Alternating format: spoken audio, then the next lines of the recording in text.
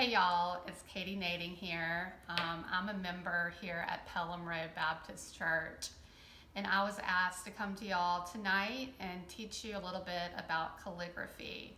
So I've been a professional calligrapher for about 2 years now and have been practicing calligraphy for 5 years.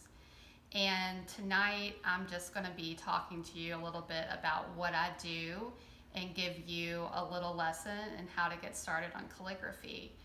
So what I do, my business is Eden of Calligraphy, and it's based out of my house, which we're here tonight in my first grade daughter's new classroom.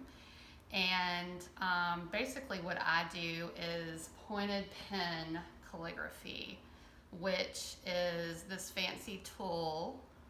So you're using a nib and a nib holder, a oblique pen holder. So basically I'm using this tool every time that I'm doing calligraphy. But tonight I'm just going to teach y'all a little bit of calligraphy with Crayola markers, because everyone has Crayola markers at home. I know a lot of people are stuck at home, and I just want to show everyone really just how easy it is to do calligraphy. So if you have any markers at home, Crayola markers like this, or just an ordinary black pen, you can do this tonight. So the first thing that I wanted to show y'all is the difference between cursive and calligraphy. I go through this in my skill pop classes that I teach around town. A lot of people come up to me and ask me what the difference is between cursive and calligraphy, and aren't they the same things? So cursive is really quick movement. You're not picking up your pen at all. With calligraphy, you are going very slow. So it's a very calming technique and very calming process. So you're picking up your pen after every stroke. And that's what I'm going to be teaching y'all about tonight, is the basic strokes. So I'm going to start talking about the basic strokes. We'll come to my paper.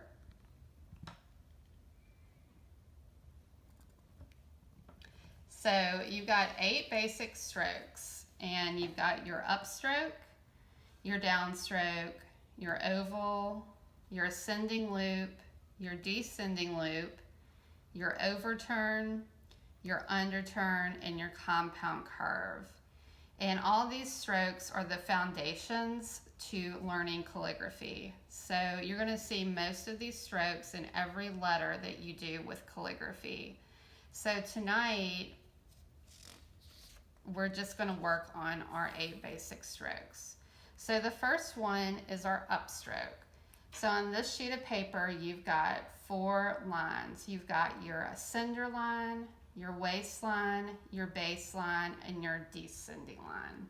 So if you're at home, all you have to do is draw 4 lines out, and they need to be pretty much equal space apart from each other.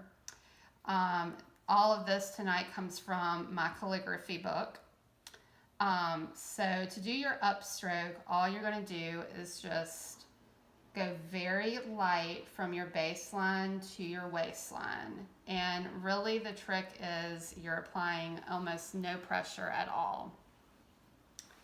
So if y'all want to practice doing that, you can just draw 4 lines out.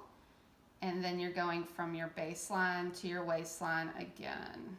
And it's almost like a little U that you're going up. And this is also called the entrance stroke in calligraphy. So you can just practice that a little bit. Again, you're going from your baseline to your waistline.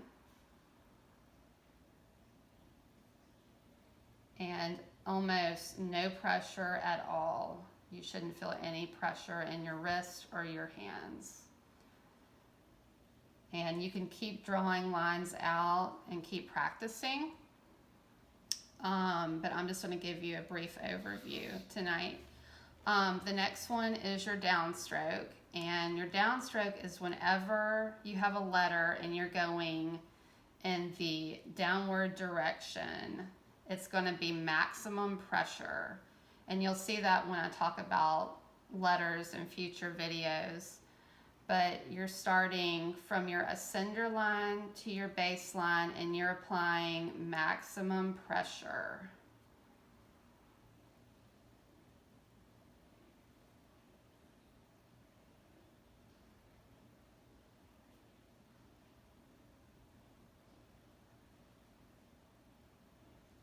So a lot of this probably right now will not make much sense, but when we start talking about letters, it's going to make a lot of sense.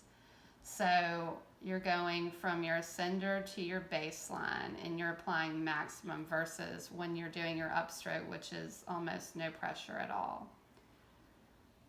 And the next stroke is your underturn. It looks like a U. You're going from your waistline, maximum pressure. Once you hit that baseline, go back up to your waistline. And the next stroke, the next one is the same one. You're going to do your underturn from your waistline to your baseline back up. So you can practice that a little bit.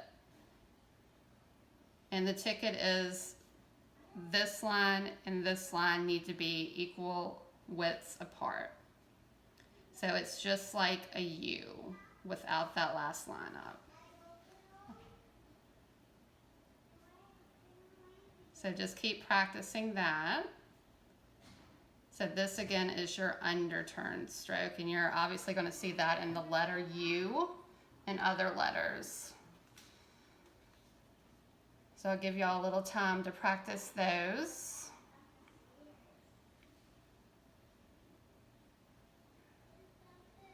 Okay. And the next one is your compound curve, which is the hardest one. So on the compound curve, you are not picking up your pen at all. So you're starting on your baseline and then you go up to your waistline with almost no pressure at all. And then once you hit that waistline, it's maximum pressure and then relieving that pressure. So it's kind of like no pressure, maximum pressure, and then releasing that pressure again.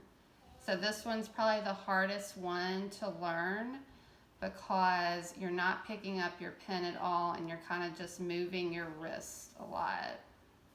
So again, this is the compound curve. And you can just practice that one. So it's kind of like a little squiggly line.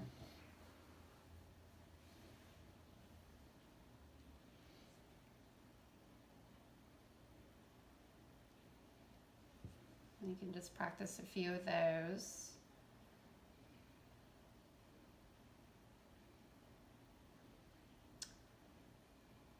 And then the next one is your overturn. You're going to start on your baseline and it's like an upside down U.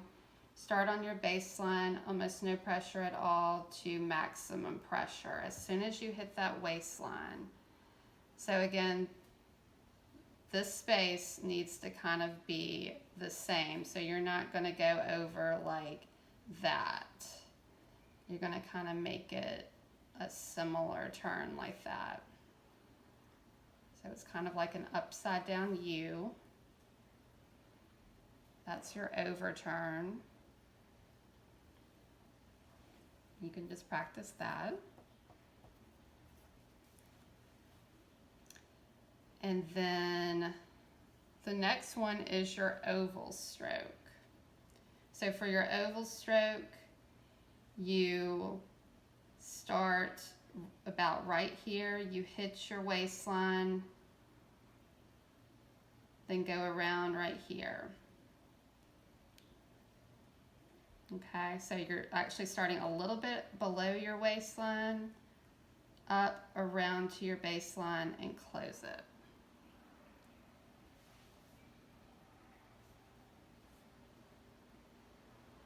And this is a very important stroke because you see it in a lot of letters such as A, D, G, O, letters like that. And you're going to kind of want to tilt your O a little bit. And so those are basically your 8 basic strokes. And again, all you need to do these 8 basic strokes is just a little paper and a little practice and some pens. And I will catch you next time. Thank you.